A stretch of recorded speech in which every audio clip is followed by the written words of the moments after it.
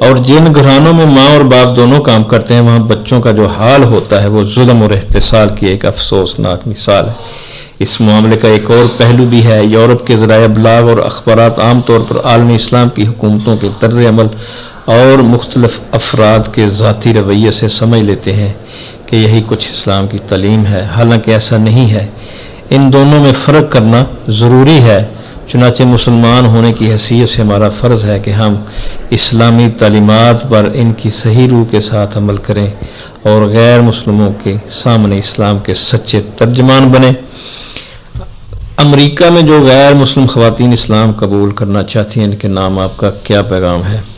ان بہنوں کے لیے میرا مشورہ ہے کہ وہ اسلام کے بارے میں زیادہ سے زیادہ کتابوں کا مطالعہ کریں اور خوب توجہ سے غور و فکر کریں۔ میں اسی راستے سے اسلام کی منزل مقصود پر پہنچی ہوں۔ دوسری بات یہ کہ خوف زدہ ہرگز نہ ہوں۔ اگر آپ نے صراط مستقیم تک پہنچنے کا ارادہ کر لیا تو خدا اپنے فضل سے آپ کی مدد فرمائے گا۔